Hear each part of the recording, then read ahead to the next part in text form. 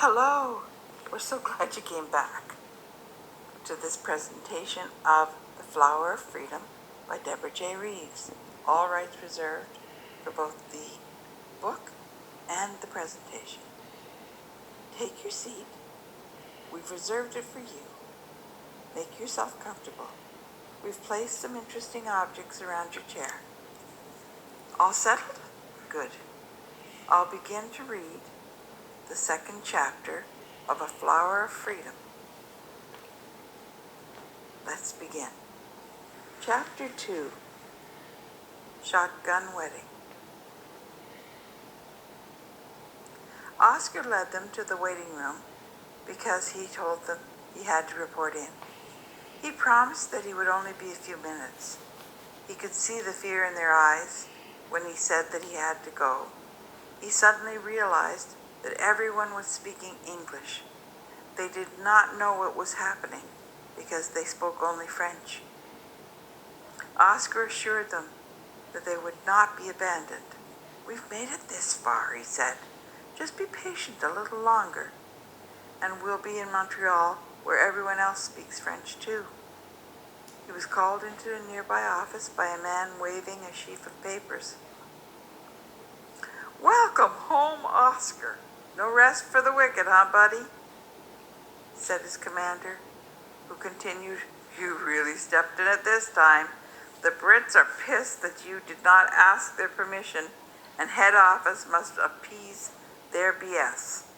So I hate to be the one to break this to you, but you know those papers you requested? I have them right here. One of them is your marriage certificate. Do I say congratulations, or do I call an ambulance for you?" Oscar had not expected that.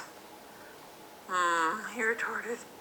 "I always thought it would be a shotgun wedding, but it's not even my kid.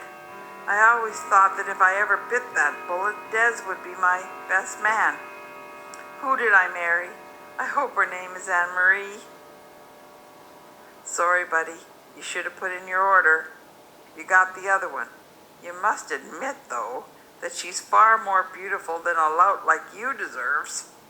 Anne-Marie Pomade is a war widow who was born in Trois-Rivières. This says the other girl is your new wife. She's 17 years old, and she was born in Gatineau." The commander continued, handing the papers to Oscar. "How the hell do I tell a young traumatized girl that I'm her husband?" Oscar asked. "I told you that you really stepped in it this time. I'm glad I don't have to tell her," responded the commander. "What if I send her friend in, and you tell the friend, and she tells your wife?" "That might work," Oscar replied miserably. "Send her in, please. Remember, though, that she speaks only French." When the commander called for Anne-Marie in his schoolboy French, the girls almost smiled, and then they realized that they were being parted. They put their arms around one another and refused to be separated. The commander realized that the uniforms were not comforting to these young ladies, but he brought over coffee and donuts. He told Anne-Marie that he would sit with her friend until she returned. He promised them both that Anne-Marie would not be away long. He held up 10 fingers to ensure that they understood 10 minutes. They untwined, and Anne-Marie stood up with a stoic look on her face. It did not take as long as 10 minutes. When Anne-Marie entered the office, she found Oscar with his head in his hands. The first thing he said when he looked up was, "I wish it were you." She had no idea what he was talking about. "Listen, Anne-Marie, I did my best, really. I asked for the papers, and they did this, not me. My plan was to put you into Desmond's apartment until he got back, and then he and I would figure it all out. Desmond and I bought a small apartment building in Montreal together a couple years ago. Our paychecks go directly into the bank to pay the mortgage. We never need all that much to live on after our initial grub stake. We got by together with our wits and a bit of gambling. Between us, we had enough to get by over there. While we were training, we decided that we might as well make our futures easier for ourselves. He has one apartment and I have another, in a 3-story building that has 12 units, in a nice area of the city called Rosemont. Oh, I might as well get this over with. I have the papers to prove that you are now a Canadian citizen. You are Madame Anne-Marie Pomade, and your husband was killed in the war.